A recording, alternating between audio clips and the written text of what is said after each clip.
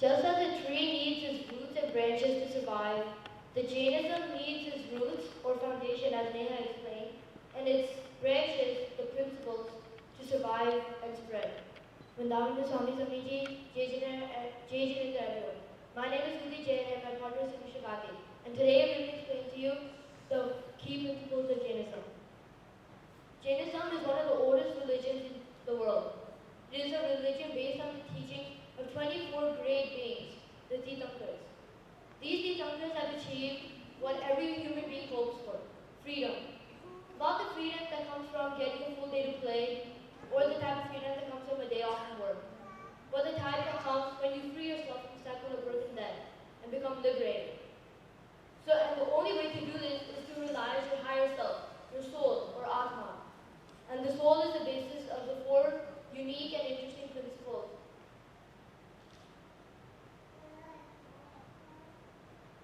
So the principles humans have a dual personality basically means that the soul has two forms, a mundane soul and a spiritual soul. The mundane soul is what all human beings have and what they've had, except for the Tirthankars, who have the spiritual soul. The mundane soul is surrounded by karma, which is shown in this diagram right here. In this diagram, the red dots are the karma, which show that the mundane soul is surrounded by karma. And the spiritual soul is free of karma. That way, it's free of the cycle of birth and death. A perfect or spiritual soul has many qualities that human beings do not have. This is the backbone of the principle, humans are not perfect. The four main qualities that humans have, but are very finite compared to the spiritual soul, are anand darshan, infinite ability to perceive, anand gyan, infinite knowledge, anand virya, infinite power, and anand sukh, infinite bliss. So this is showing the difference of attributes between the spiritual soul and the mundane soul. I'll just tell you guys that the spiritual soul has infinite capabilities. It cannot be represented by a circle, but just for diagram's sake, let's assume that the bigger circle is the spiritual soul. So based on that, we are so small compared to that. And as we shed our karmas, our circle grows bigger and bigger until we finally achieve the spiritual soul. So the third principle is humans are masters of their material nature. A human's material nature can stop them from achieving success and from becoming liberated. Not being able to control your senses and thoughts allows karmas to come and go as they please. So everything that happens in your life, whether it's good or bad, is because of previous karmas that you've accumulated. And your reaction to those events is what determines your karmas for your future.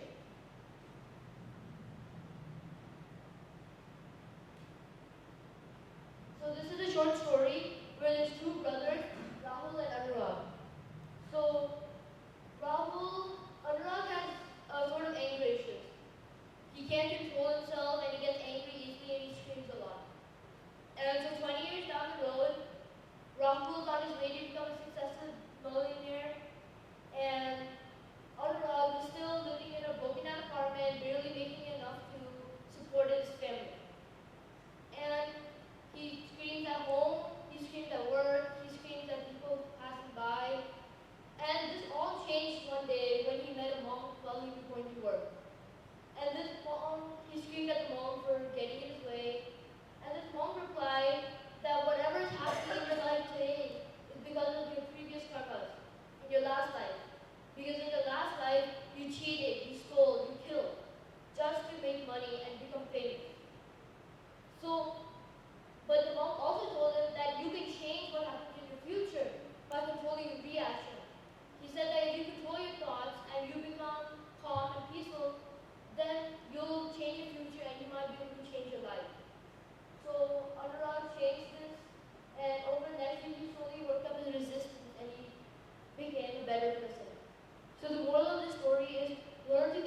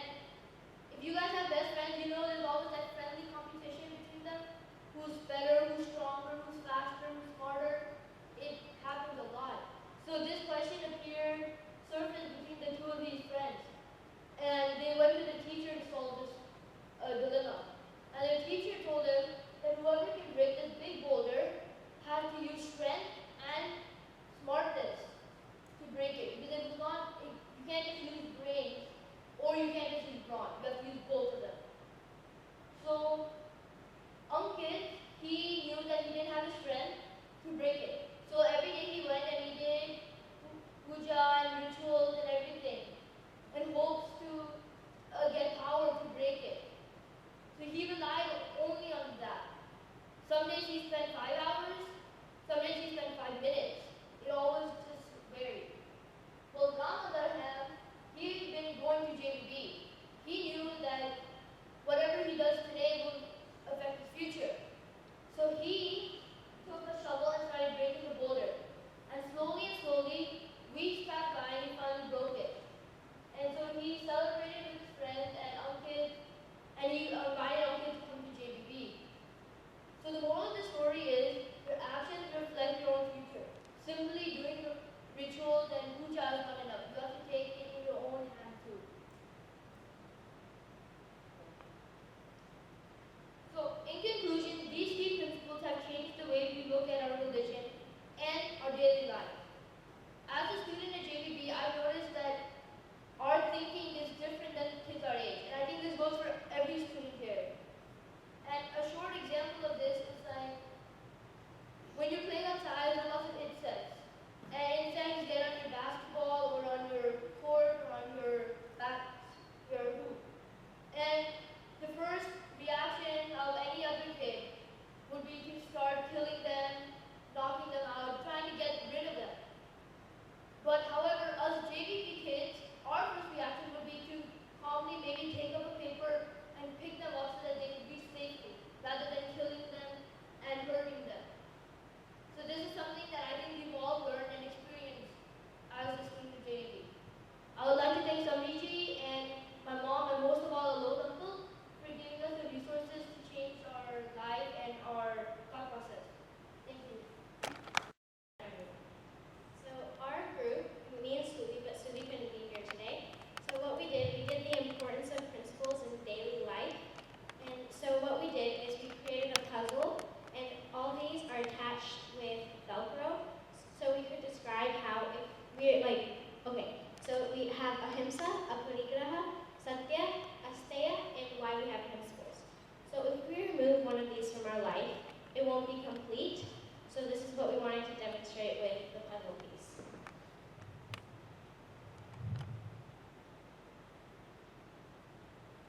So our project is the importance of principles of Jainism in daily life. And so our project, we will show you the key how to live a successful life. Okay, so first ahimsa. And for all 4 of the Mahabharats, I have a little short story to go with that, so I'll read that to you. This ahimsa means non-violence, and it means abstaining from harm any type of living being. So this story is Bhagwan Mahavir and the cow herder. One day, as Bhagwan Mahavir was meditating near a tree in the forest, a cow herder came into the forest and asked Lord Mahavir if he would watch over the cows. However, Bhagwan Mahavir was in deep meditation, so he couldn't hear him. The cow herder then left, thinking that Bhagwan Mahavir would take care of his cows. And so whenever Bhagwan Mahavir was meditating, all the cows ate grass and they started wandering off. Whenever the cow herder came back and asked Mahavir Bhagwan where the cows were, he was in deep meditation and couldn't hear him. So the cow herder went and looked for the cows, and when he came back to Bhagwan Mahavir, the cows were right next to him. And so he started whipping Bhagwan Mahavir.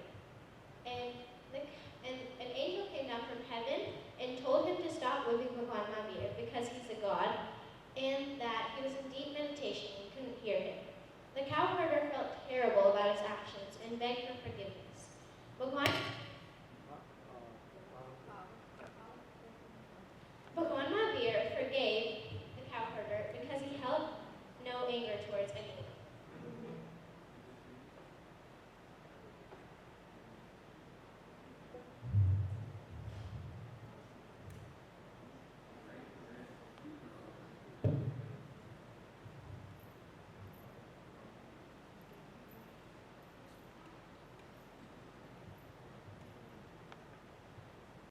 Violence of every type, mental, verbal, and emotional, and physical, should be avoided. Violence is the intention to harm. Jains follow vegetarianism because they do not wish to harm animals.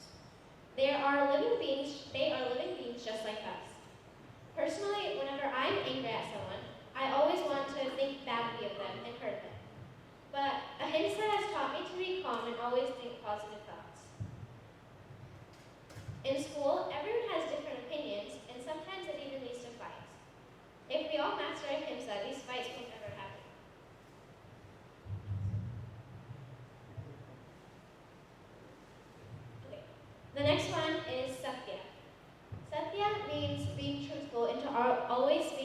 honest truth. So for that, I did the story of Raja Harishchandra. And Raja Harishchandra is the perfect example for Satya. It shows how powerful truth can be. Raja Harishchandra was a great king of Ayodhya and was respected greatly by everyone. Indradev told his council that Satya was a paramount virtue. Satya hit the man. He said Raja Harishchandra was a true defender of truth. One day wanted to test his truthfulness, so he set out on a journey to find out how truthful Raja Harishchandra was. They set many obstacles in Raja Harishchandra's path, but he overcame every single one of them and showed that he would sacrifice anything to remain on the path of truth. Raja Harishchandra was a great inspiration to me, and it helped me realize how strong the power of truth can be. Greed, anger, deceit, and ego are the base of asatya. Only those who have conquered these can speak the truth. When a person tells a lie, it generally makes them feel bad and increases their stress levels. Being stressed leads people to have high blood pressure and discourages other people from having any sort of relationship with them. Lying is never the answer and will only cause one to find karma. The next one is asteya. Asteya means non-stealing, not to take anything not properly given. Harmful, and the story is harmful effects of stealing. One day, Ram went to a grocery shop to buy bread. When he saw that the shopkeeper was busy with the other customers, he stole some toffees and brought it back home. Whenever he got home, his mother asked him where he got the toffees. Ram told his mother the truth. He said, and his mother said, "It's very bad to steal. The shopkeeper may not be looking at you, but you will be binding karma. So one should never steal." Ram understood the words of his mother, and he went back to the shop to return the toffees to the shopkeeper. The shopkeeper felt happy on seeing his honesty and gave him some other toffees as a reward. If an individual steals, he not only harms himself, but also who he is stealing from. It makes you satisfied and not greedy. Being unsatisfied leads to being greedy because you know you want something, but you can't get it, so you decide to steal it.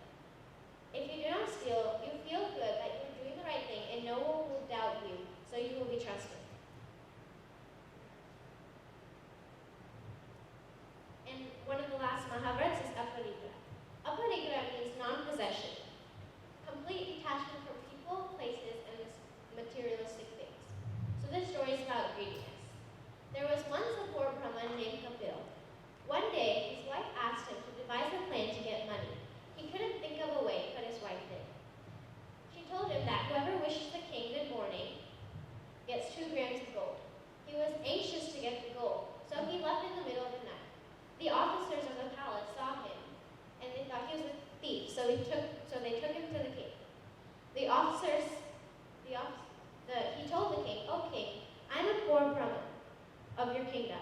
I always try to come here and get gold, but I'm always too late. I left the house early this time to wish you good morning first." The king was pleased with his honesty and granted him anything he wanted. He all of a sudden felt very greedy and wanted the whole kingdom. Then he came to his senses and realized he didn't need any money, but he needed mental peace. Attachment to things leads to being greedy and selfish. Jainism believes that the more worldly wealth a person possesses, the more he is likely to commit a sin to acquire and maintain that possession. Although this might give immediate happiness, in the long run, it will only cause pain. My friends, who now live in Bangladesh, Nisha and Shrey, they're the perfect example for this. On their birthday, all their money and presents that they received were donated to charity. It isn't easy for kids to donate their birthday presents, but it shows their true compassion for their principles. So whenever I go to the mall and to buy clothes, I usually see things I like, but they are usually of no use. I try to limit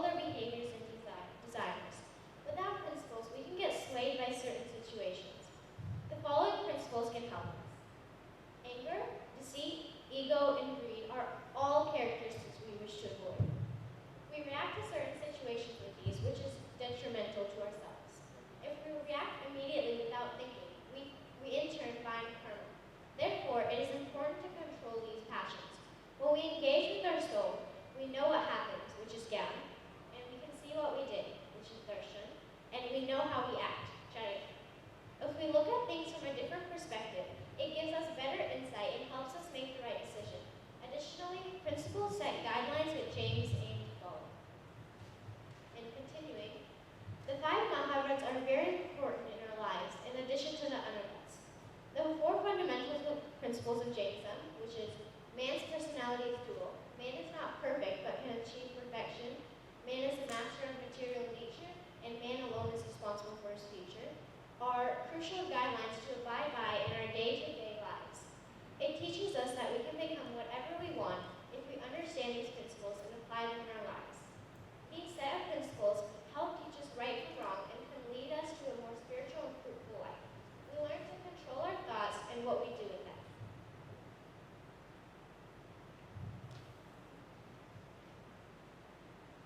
Okay. Thank you, Madam Hassan Samiji, and thank you so much, Alakunko and Kajawanti, for helping us with the project. And so now, hopefully, you guys have learned the key to living a successful life. Thank you.